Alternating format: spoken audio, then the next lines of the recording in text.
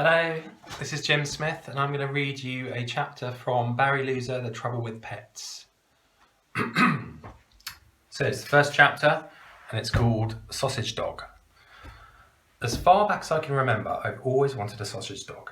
They're like two of my favourite things squished together, a sausage and a dog. Here are some other pets I've always wanted. Pizza cat, cheeseburger hamster, spaghetti bolognese stick insect. I don't think any of those exist though. If I did get a sausage dog, I'd teach it some amaze kill tricks. Fetching the remote control, acting like a footstool, being a hairy skateboard. There's some pictures. But first, I've got to badger my mum about it non-stop until she buys me one, which is what this story is about.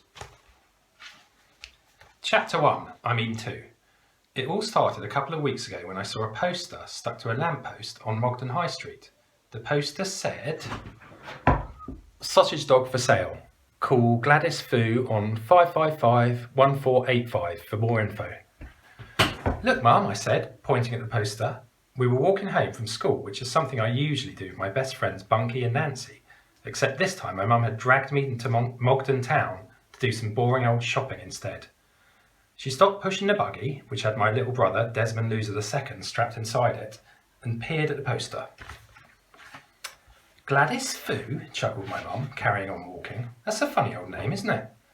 I thought about reminding my mum that her surname was Loser, and how before she'd married my dad, it had been Harumperdunk. But I had more important things to be getting on with than that. I opened my mouth and got ready to do some serious badgering. Next chapter is called Operation Badger. Have you noticed how, when you're thinking about something a lot, like sausages and dogs for example, they keep popping up everywhere you look? That's what started happening next. We'd only walked as far as the next lamppost when what did I see but a totally normal, boring old dog weeing up against it. Here's a picture of him. "Check it out," I said, starting to badger my mum. "A little doggy having a wee-wee. Do you know what that reminds me of?" My mum peered down at me. "Do you need the toilet, Barry?" she asked. "No, Mum, I don't need the toilet," I sighed. And we carried on walking until we got to Bruce the butcher's, and I noticed a string of plastic sausages hanging up in the window. "Oh, my unkeenalness," I said, pointing at the fake bangers. "Plastic sausages! Can you guess what they make me think of, Mum?" My mum gave me a funny look, like she thought I was trying to tell her I needed a poo or something. Half a dozen sausages, please, Bruce," she said to the butcher. "Mum," I said, trying to get her attention. "What, Barry?" snapped my mum.